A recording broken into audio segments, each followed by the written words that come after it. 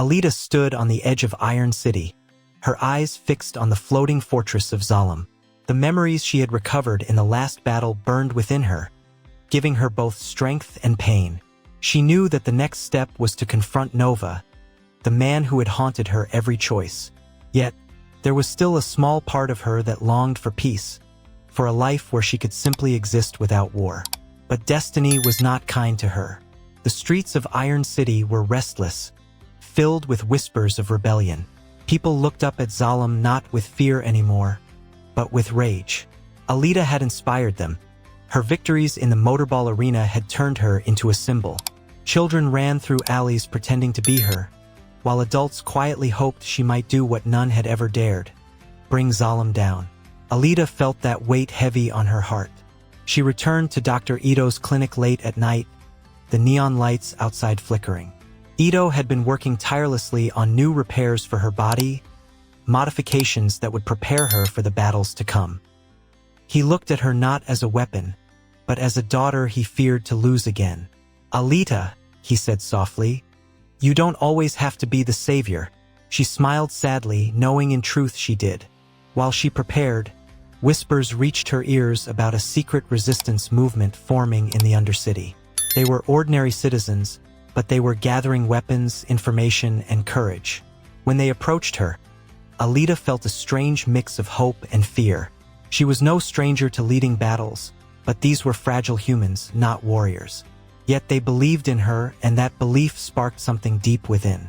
Meanwhile, Nova watched from Zalim with calculating eyes. He had seen countless champions rise and fall, yet Alita was different. She was unpredictable, too tied to emotions he could not manipulate easily.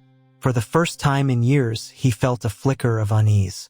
To counter her, he began creating a new generation of cybernetic assassins, faster, stronger, and designed solely to destroy her. Alita's nights became haunted with dreams of her past. She saw fragments of her life as a berserker, fighting wars on the edge of the world. Faces of comrades long gone flashed before her, and in one dream, she saw a hand reaching toward her, Hugo's. She woke shaken, questioning if her heart was still her greatest strength or her deepest weakness. That inner struggle made her hesitate when others looked for her certainty. Her first encounter with Nova's assassins came in the ruins outside the city. They were sleek, merciless, and fought with a unity that reminded her of the URM soldiers she once led. The battle was brutal, leaving Alita barely standing, but she survived. The resistance watched in awe, their faith in her unshaken, though she silently carried the scars of nearly losing again. The message was clear: Nova would not play fair. Ito warned her that each fight was weakening her core, pushing her body to limits even the Berserker tech couldn't withstand forever. But Alita refused to stop. To her, hesitation was death, and death meant Nova would control everything. She began training harder, not just herself but the people around her. If Zalim was to fall, it would take more than one blade, it would take an army. Tensions in Iron City grew as Zalim tightened its grip. Supplies were cut, enforcers patrolled with cruelty, and anyone suspected of aiding the resistance vanished overnight. Fear spread like fire, yet Alita moved through the streets, giving small speeches of hope, encouraging unity. Her voice carried more weight than weapons. Even those who doubted began to rise with her. The next strike came unexpectedly. A full assault by Nova's forces rained down upon Iron City, turning entire blocks into rubble. Alita fought furiously, saving as many lives as she could, but the destruction was devastating. For the first time, she saw despair in the eyes of those who had once believed.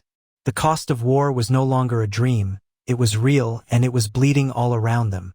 In the aftermath, Alita sat with Ito, broken both inside and out.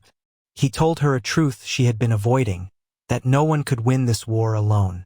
She realized then that her greatest power wasn't just her combat skills, but her ability to inspire others to fight with her. With a newfound resolve, she decided to unite not just the resistance, but every outcast, every dreamer, every soul who had ever wished to be free of Zalim's shadow.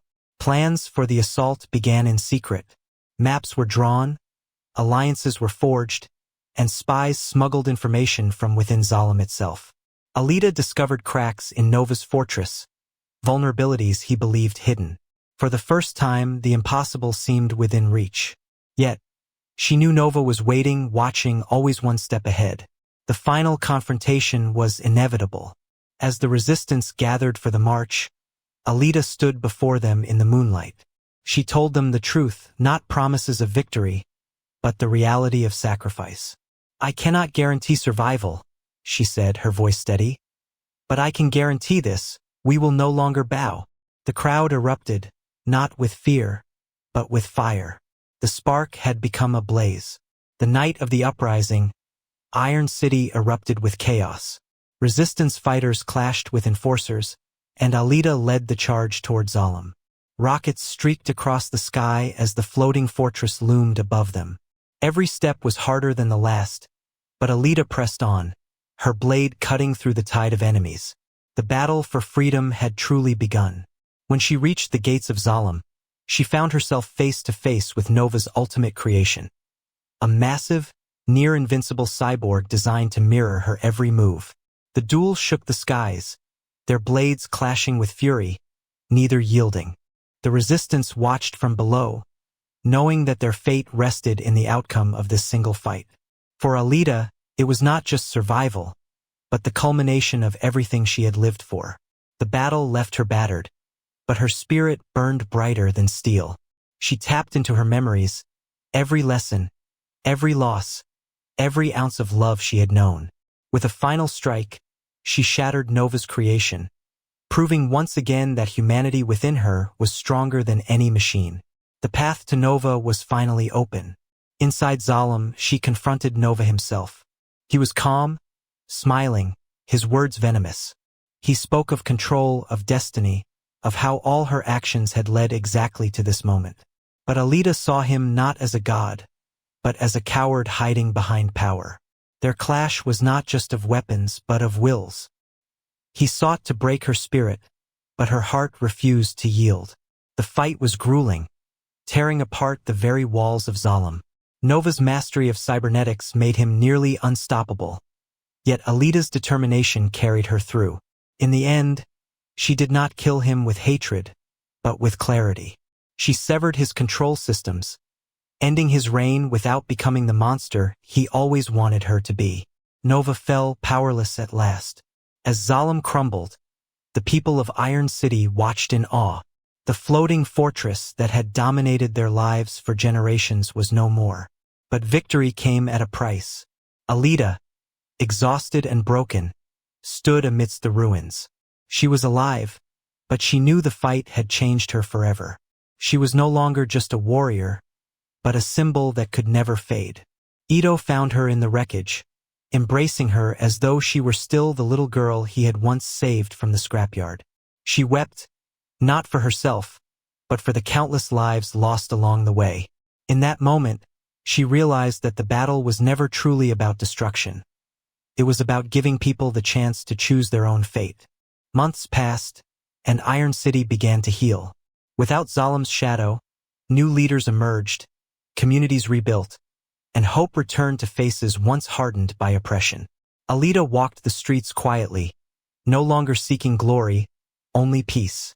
Children still followed her, calling her their hero, but she only smiled, knowing the real victory belonged to all of them. In the end, Alita stood once more at the edge of the city, looking at the sky not with fear, but with wonder. She had fought, she had lost, she had loved, and she had endured. Though scars marked her body, her heart remained whole. For the first time in her existence, she felt truly alive, not as a weapon, but as Alita, a girl who had dared to dream.